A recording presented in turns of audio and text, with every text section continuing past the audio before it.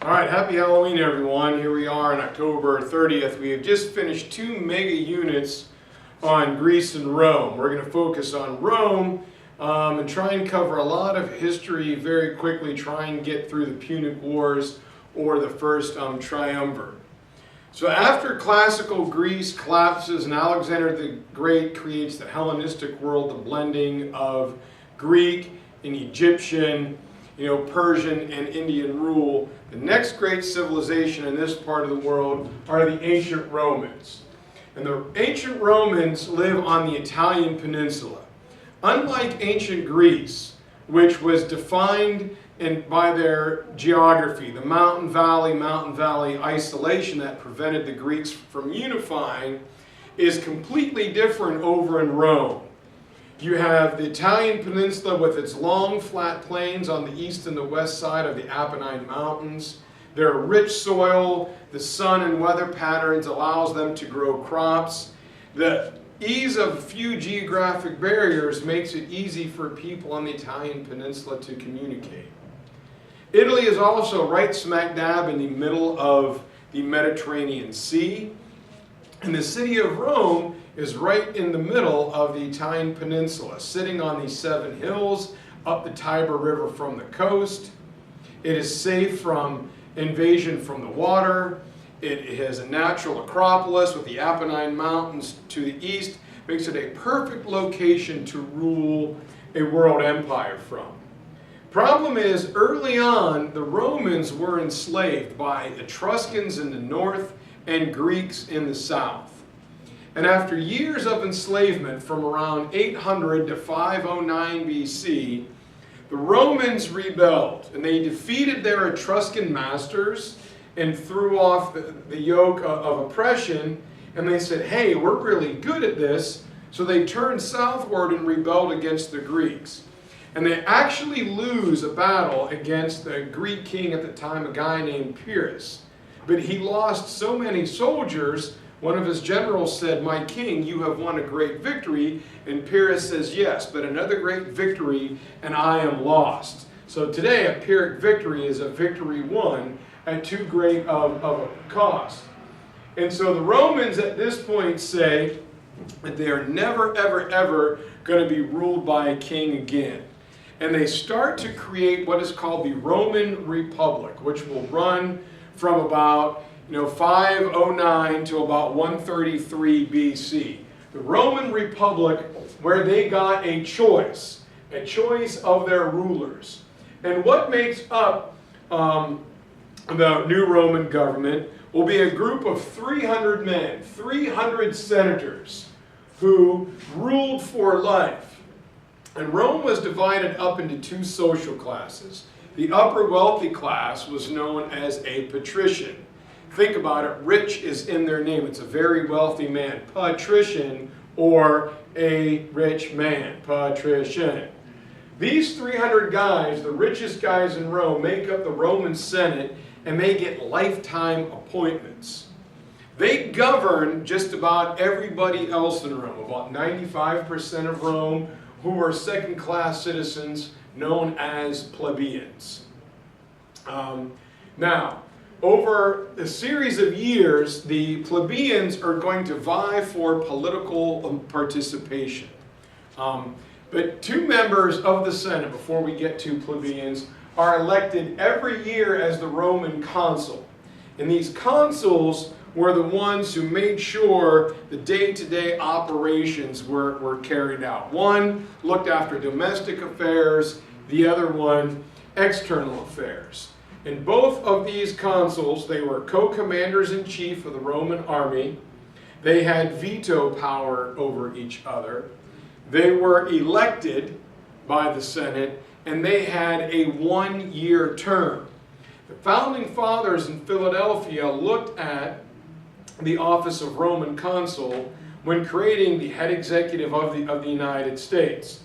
The president is the commander-in-chief of the United States Army. He is elected, he has a term limit, and one of the other powers the consuls had was veto power over each other. If one did something the other didn't like, they could veto it, which means you better have guys who can work together, or nothing will get done. It's a power that must be used judiciously. Other than that, we don't have two presidents. We have a president and a vice president, patterned after the Roman consul. And in times of great crisis, the Romans could elect a dictator. And this dictator had unlimited power for 6 months until the crisis was resolved. One of the most famous Roman dictators in early Roman history is a guy named Cincinnatus, who leaves his farm to rescue a Roman army surrounded by barbarians in Gaul, today's France.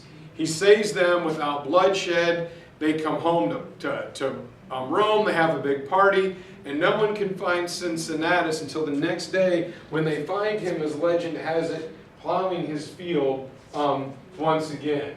So he becomes the iconic new dictator of ancient Rome. A patrician is once again a citizen who has a lot of money or land, a very small percentage of the population.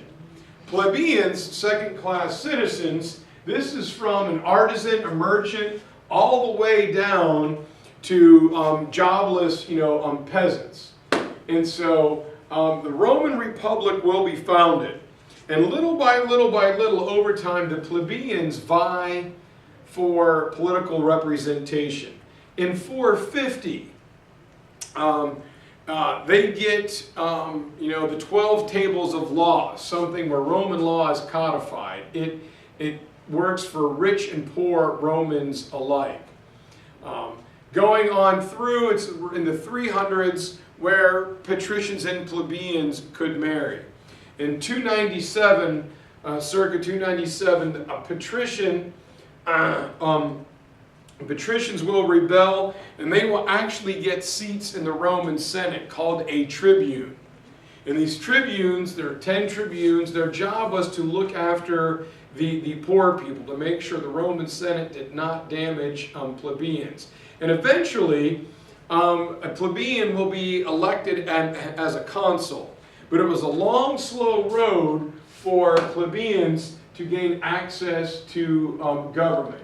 But the Romans invented government where people get to choose their leaders.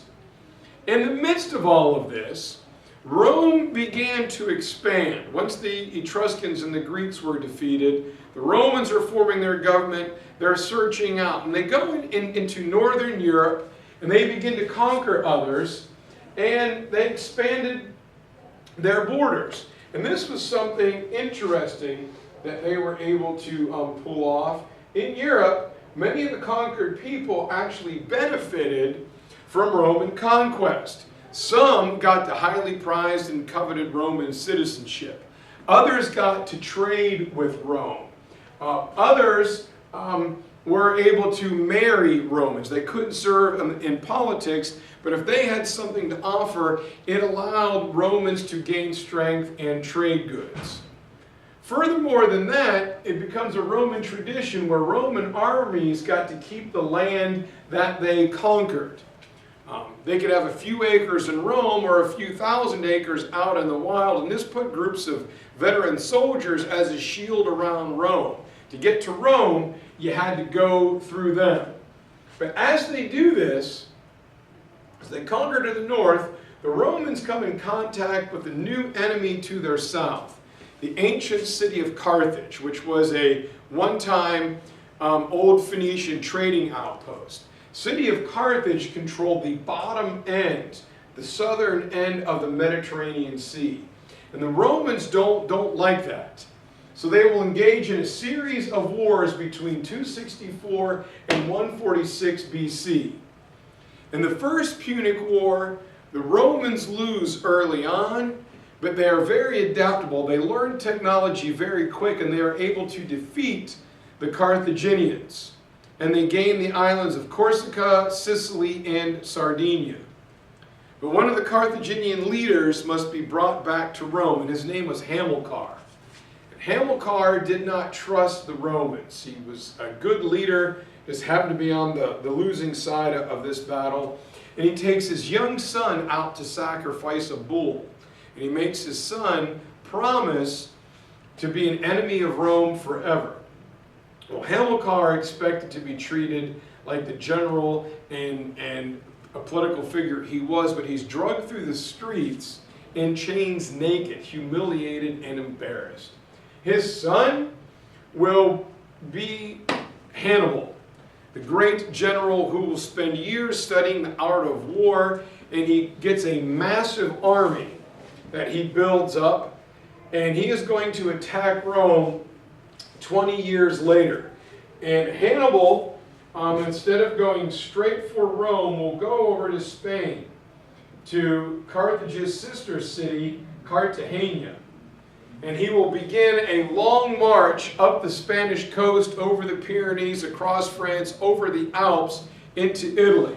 And one of the great stories is that he takes his massive army and war elephants, many of which slip and fall going over the Alpine passes. But for 15 years, Hannibal trashes and destroys Italy. And when he's about to zero in on the city, the Romans, in a desperate gamble, send their army to besiege Carthage. Hannibal sends for his brother, who is in Spain with the other part of his army, but he finds out his brother was dead when a Roman soldier rides into camp with a basket containing Hannibal's brother's head. He now knows that you can fool the Romans once, but not twice, that the other part of his army won't be there to help him. He is ordered home to defend the city where he is defeated. The Romans know that they are the ones who caused this terrible enemy, and so they allow him to be a governor. But they say you can never raise an army against Rome again. Hannibal says, sure, wink, wink, wink, his fingers are crossed. As soon as the Romans leave, he begins building another army. Assassins are sent to get him, and the great Hannibal drinks poison. The Romans were wary of the Carthaginians, and the great statesman Cato got angry, and for years in the Senate, he would end every speech with Carthage must be destroyed. Boom, Carthage must be destroyed. And finally, people say, fine, if you want to destroy it, go and do it. And he hires a famous general named Scipio, who goes down to Carthage, surrounds it, and defeats the Carthaginian army on the plains of Zama in 146. To show that they meant business, the Romans had the Carthaginian citizens mine salt and then spread it over the Carthaginian farmland, salting the earth, permanently poisoning the soil. Now, salt was worth its weight in gold at this time. A lot of people had their salary paid in salt, as it was the ancient refrigerator. The Romans threw millions of dollars of salt on the ground just to show that they meant business. And when they are done conquering Carthage, they become what I call the imperial star system. They went from a regional kingdom or empire to a massive world empire on 3 continents. They began to call the Mediterranean Sea Mare Nostrum, or RC, as they now controlled land in Europe, Africa, and Asia. They're a big empire, but how do they handle it? Well, the Romans begin to exact tribute. They slurp people dry. They take the resources that they have and send it back to Rome. So much money poured in that the Romans did not have to pay taxes. They extracted resources from the people that they conquer. This will create a sharp gap between rich and poor. The divide between rich and poor grows, which ushers in the age of reform and the Gracchi brothers. Tiberius and Gaius Gracchus are 2 brothers who tried to bring in reforms. Both men were assassinated for trying to give land back to the poor. Many poor people were forced to work on rich plantations called a latifundia, which I called, they're not a latifundia if you have to work on a latifundia. Many of the Romans lost their jobs and businesses because of the tribute or slave labor, so they were poor. It was affecting the Roman economy and the Roman army. So Tiberius and Gaius Gracchus were were assassinated over the ideas of land reform, which caused more and more and more people to move into the city. To top it all off, there was a slave rebellion led by Spartacus that was not put down until two generals, Gnaeus Pompey and Gaius Julius Caesar, met with the richest man of Rome, Marcus Lucius Crassus, and they defeat Spartacus, and they get together and say, you know what, the Senate has grown fat and lazy, they've become greedy, let's take over and create the first triumvirate, which is where we will stop and pick up on Monday. We'll see you then, guys. Happy Halloween.